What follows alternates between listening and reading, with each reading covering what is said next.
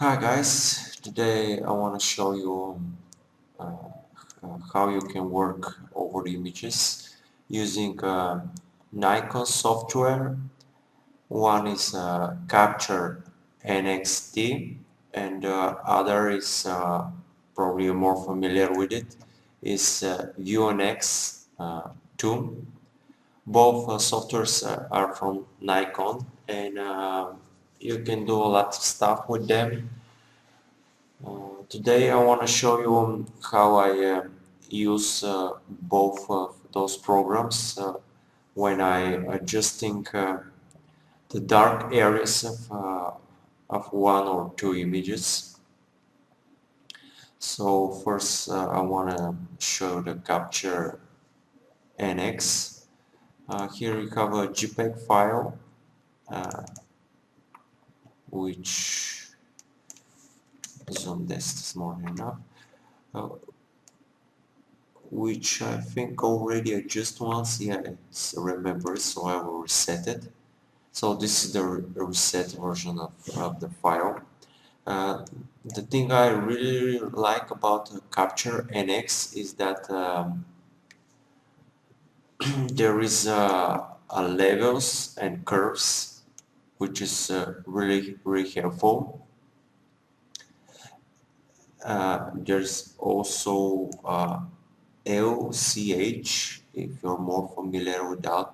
It gives more options if you know how to work with that. But for now, we're gonna just stick with the good old one, levels and curves.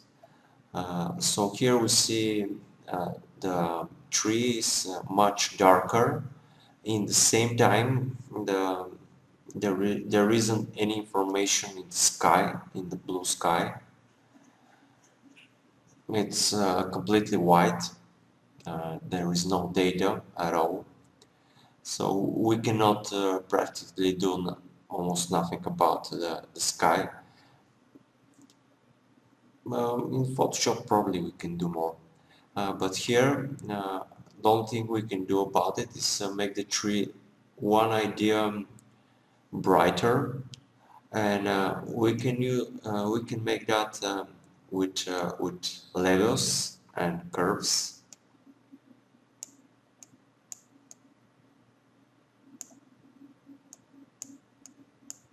So rising the line above the original uh, up in this situation will give us the result of bright shadow areas.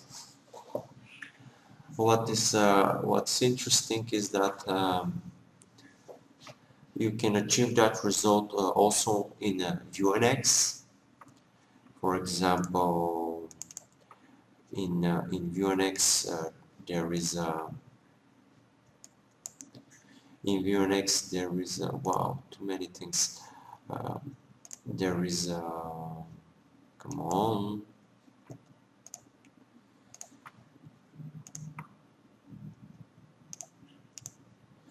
In UNX there is a strange. It should give me. It should give me. Last time I used it gives me more options. Strange. It should give me.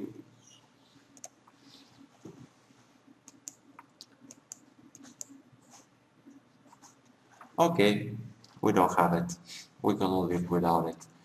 So the only options which is adjusting levels, and what I really like about levels is that you can go to a certain image like this one, for example.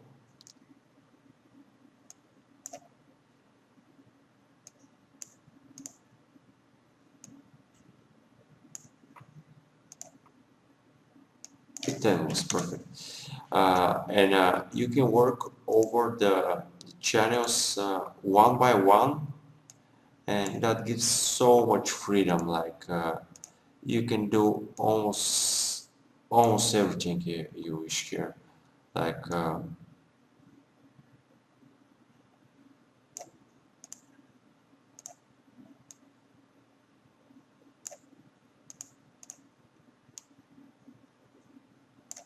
now it's a completely different image, and you can achieve that only by working one by one all the channels, and not in RGB. Like you see now what how we change the diagonal of the colors.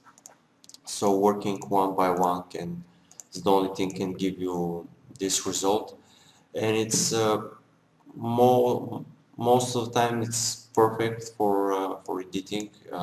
In Photoshop, I usually do only that, and I don't need any more Photoshop if I have it here. Uh, this is why I like Capture NX because it gives me levels and it gives me all the channels one by one. In View NX, you don't have that option. Of course, you have ability to. No, you even cannot change the white balance for JPEG images. So if you're not shooting RAW, you don't have the original RAW file format for your image, you're pretty much stuck. So that's why I like so much Capture NX, because with that very simple thing, levels, it actually gives me so much creativity. I can do almost everything here. There, like the things I do in a professional software are pretty much the same. I need very simple tool, and this is channels one by one, and then I don't need more. I work only with that. So I really recommend you checking the internet how people work with histograms and color corrections. It can give you a lot of ideas, and you can really change your images. I even like this one so much I will save it, which will happen a little bit. Convert here is, I think is convert. Good quality, things like that, blah blah blah. And I think after a moment we will have that image.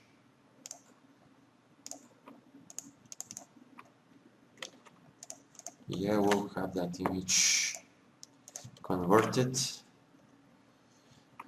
with good quality, like original size. Everything's the same, little bit smaller size, 11 megabytes, but it's perfect. And this is the original. There's a version I did a few months ago, and this is the new one. I like it even more. So it's really creative tool. The channels one by one. I really recommend it. Recommend it. And if you are lucky enough to have the RAW file, of course, you can go to View NX and really change a lot of the properties. The white balance, you have a lot of presets. Of course, you have a manual choice of white balance, but do not get confused the white balance with the effects we did here. This is definitely not white balance. The original picture was all right. The original picture was all right with good color balance, but here we really fucked. I'm sorry. We really changed the white balance a lot, and this is not what is the nature. So this is like an effect, uh, and you cannot achieve that effect with color temperature. It's different thing. You don't you have to make a difference, because here we put come on, here we put the light area to become pinky and the dark area to become green, which is something you cannot do with the white balance. The white balance affect all parts of the image. Doesn't matter is it brighter or darker. So you cannot achieve that here. And we can change the contrast here to look like that, like that. And now it's a very different type of portrait. If I'm sorry, if we reset, this is the normal one. We can adjust it. Come on, we can adjust it. Now I'm sure something's not right.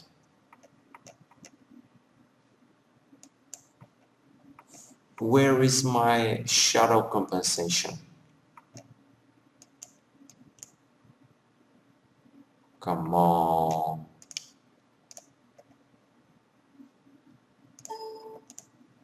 I'll close that and I will reopen it.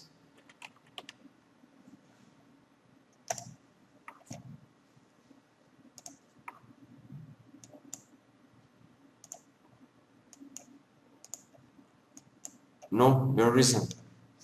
Very strange. I don't know. I'll close both softwares. I apologize about that. Because I record the video, everything's fine. Okay, I recorded it one more time and nothing is fine. Yeah, there isn't any options here.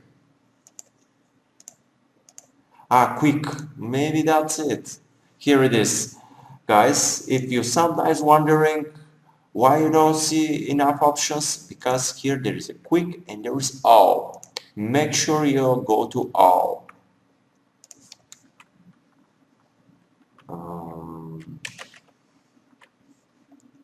So let's go back to working with both programs.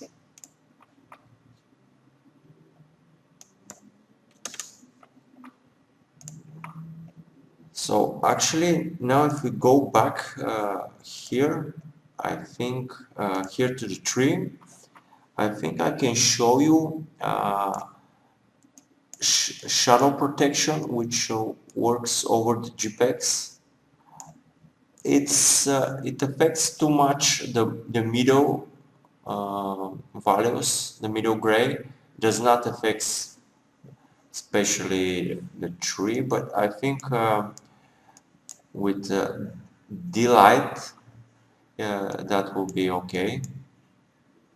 The nice thing about D-Light on a software is that I can really determine very accurately the value, the effect, and not when I'm on a camera I have like three options: low, medium, and high. Here I can really make things very precisely, exactly the amount I need, and I am not in a hurry. I can really spend time finding the perfect amount of delighting, because it has some sort of a bad effect on some areas, so you don't need to go really higher. Even 10 is too much. Better compensated with shadow protection.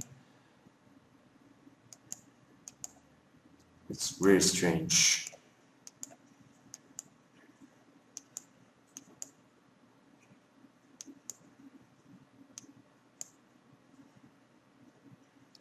It's very strange software. There's a there's small error, small bug.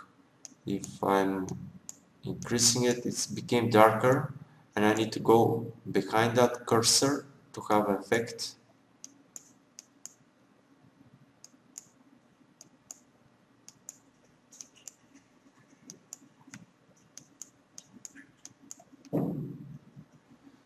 So in general, you should use only this one or that one. And that's the conclusion. But this one is pretty awful. If you go too higher with it, if you go more than 10, it becomes quite obvious. So you can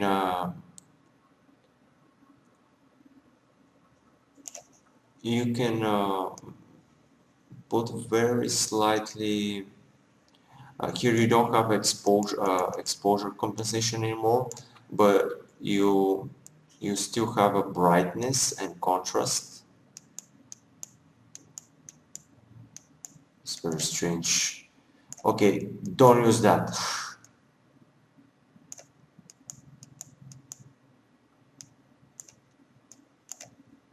Just shadow protection and that's all. So you can export the file here, convert file,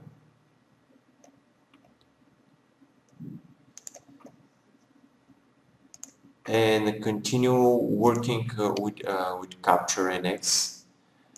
But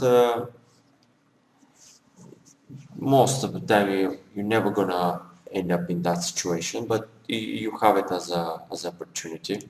So let's go back to finishing the edit with our portrait in RAW. And since we have it in RAW and we have all the options, not only quick one out, we have shadow protection, which in RAW works quite good. In RAW also the lighting works pretty powerful. The in JPEG they just don't work very well. Both two in combination, but here we see in RAW they're good. We have a little bit of color boosting, brightness, exposure. I think the exposure is pretty much okay. And now we see that the portrait it's much different from the contrast version we did, like so. And you can change one portrait so much only if you have the RAW file. It's no other way. And if you have that file, and let me just lighten it a little bit, like so, it's enough. So here, if you want to make some sort of effect over the colors, you're not going to be able to do it with the color temperature, the way we said. So you should have to export.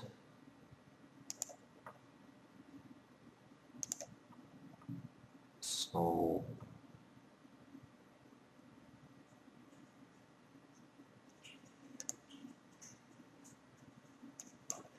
desktop will be fine.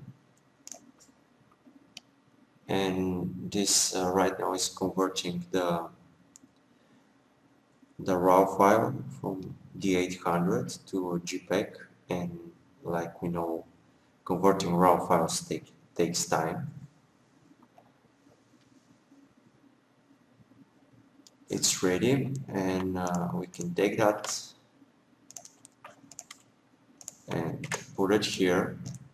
And now we can make an effect using the Capture NX. So you see, working with both programs, it gives you advantage, which I cannot say. VNX is more than perfect if you have RAW files.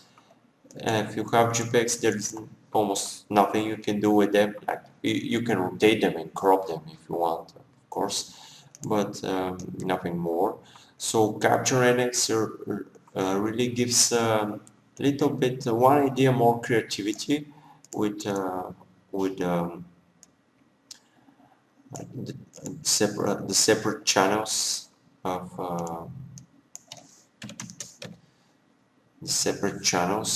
the layers. So what I can do is just going a little bit fast on the well, I don't see what I want to see. I want the whole image to be a little bit brighter. Come on. Okay, no, not this one. Brighter like that. Okay. Okay, okay. And we are, oh, come on. We're going to red. No, I want a little bit of green and a little bit of blue, right?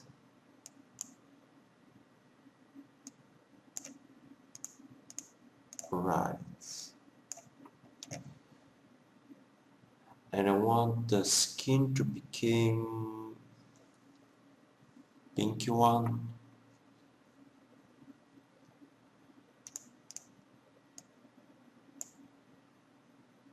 No, no.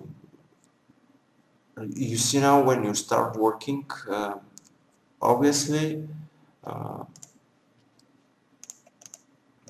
obviously, using a little bit of delighting expose the background, and that creates a problem. We don't see it, but because in that very small area, but when we start to increase the channels one by one, it becomes obvious, more and more obvious, like you see it now. Okay, so now we need to fix the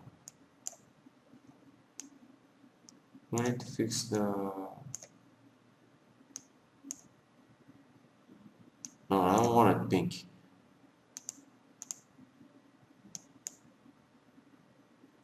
No, come on.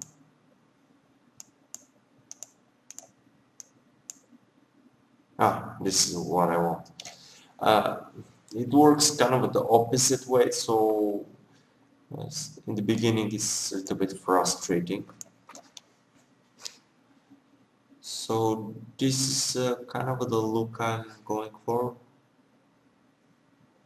This is the effect, and you cannot achieve that. It's not perfect, okay? You cannot achieve that effect in View NX in any way. Here you can fix mistakes during the shooting process, but you cannot further develop a picture like like that portrait.